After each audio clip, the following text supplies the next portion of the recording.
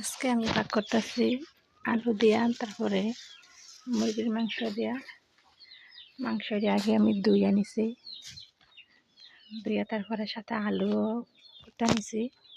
তারপরে যে মাংসটা আমি এখন ভাজবো, তারপরে গিলার আছে না মুরগির গিলা আমি ভাজি না, ওটি পাশে রাখা দিছি। হ্যালো গাইস, আসসালামু আলাইকুম। কেমন আছেন আপনারা? আশা করি ভালো আছেন। আপনাদের আমরা ভালো আছি আলহামদুলিল্লাহ। এই যে আমি মুরগির মাংসটি ভাজতেছি, মানে মুরগির মাংসের সাথে আমি আলু ভাজা নিই, কারণ আলু ভাজা খেলে ফাঁক করলে এটা অনেক খাইতে অনেক ভালো লাগে আমার কাছে। আর মুরগির মাংসটি ভালো করে ভাজতে হয়। আর এই যে আলু ভাজতেছি, মানে আলু ভাজতে বেশি সময় লাগে না, বাস এই আলু ভাজা ফাঁক করলে এটা খাইতে অনেক মজা লাগে। এই যে আলু ভাজা নিতেছি, তারপরে যে পেঁয়াজ লাল হয়ে আছে, তারপরে আমি জিরা বাটটা দিয়ে, বর্তমানে গুঁড়ি নাই, জিরা আর রসুন বাটা, তারপরে আর আদা বাটা ছিল ডিপে, এটা আমি কাটটা পরে দিব আর কি।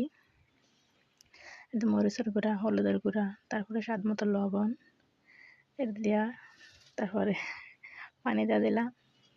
লবণ দিই না, এখন দিমনি আবার। তারপরে এই ওখানে লাগতে হয়।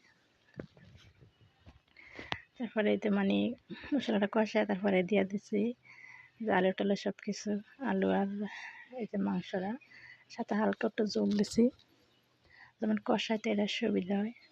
বাজা রাখলো আমি কষাই আলুটা মাংসটা, তারপরে অনেকক্ষণ লাগাতে কষাই,